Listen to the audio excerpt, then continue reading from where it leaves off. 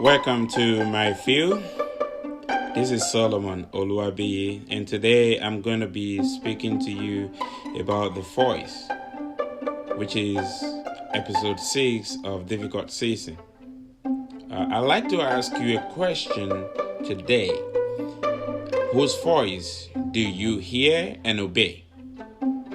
In time of difficulties, I don't think there is any doubt that you would hear different voices. The voice you listen to and obey is critical to whether you come out of the difficult season timely, or you stay there for a while, or you perpetually remain in that season of life. It is imperative that you know and understand that there are different voices, and in every seasons of life there will be one or more of those voices that you are likely to hear. But keep in mind the voice that you obey determines whether you are on the right track or not. Doug Edward Mills says in one of his books titled The Art of Hearing, second edition, he said that he identified 12 kinds of voices, where he says there are voices such as the voice of God, the voice of your flesh, the voice of the mind, the voice of the devil, the voice of your prophet, the voice of your friend, the voice of your parent, the voice of your spouse, the voice of your circumstances, and the voice of your own will. Difficult season, as we know, is not an easy season. And so your deliverance and breakthrough in difficult season depends on which of the voices you obey. Like Romans 6:16 says, don't you realize that you become the slave of whatever you chose to obey? You can be a slave to sin, which leads to death, or you could choose to obey God, which leads to righteous living. You can only know whether the voice you hear is the voice of God or not. I remember in episode 5 when I spoke about the Comforter, I said the importance of relationship cannot be overemphasized, and therefore you can only enjoy God at the level of your relationship with Him. Whatever you find yourself in life, relationship is critical to your success. So here, relationship really matters a lot. And if you want to hear and obey the voice of God, which is the ultimate voice, everyone should aspire to hear and obey. You need to know Him. Of course, Romans 8:14 says, for all who are led by the Spirit of God are children of God. And before you could be led by the Spirit of God, you have to be the child of God. You are not and should not be familiar with the voice of a stranger, right? So if you don't know God, even though He created you, your voice is strange to Him.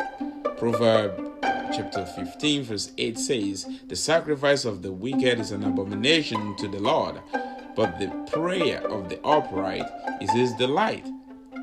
What you hear is important, and whom you obey matters most. Until you pattern your life in a way that obey God consciously and unconsciously, His voice to you will be like that of a stranger. If you don't know the kind of voice you hear, you may end up to obey just any voice. In any voice can lead you to where you don't want to go. So you should be determined, and you should be intentional about God. The more you know God, the more you will want to know Him. God created you for a relationship, and you must be willing to be in a relationship with Him as well. So in hard time and in difficult season, you can be tested. And most likely you will be tested by the devil with things that you actually need. Jesus was tempted with food by the devil after his 40 days of fasting, right? Where he told him in Luke chapter 2 that he should turn the stone to bread, because he knew that he's going to be hungry at the time, So this is why it is important for you to be able to communicate with God. And like John Tetzola says, to deny God's ability to communicate with a man is to deny his ability to relate to man. If God cannot relate with you, then you know there is a problem. Anytime manufacturers are not able to service and maintain their product, you know there is a problem.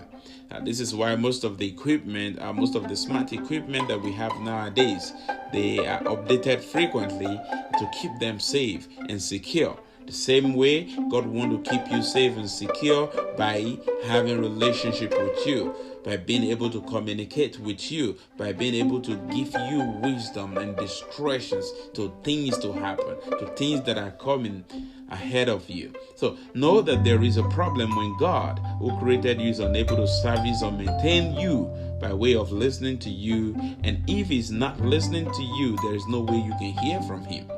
So relationship with God is like two-way radio. You speak to God and God speaks to you.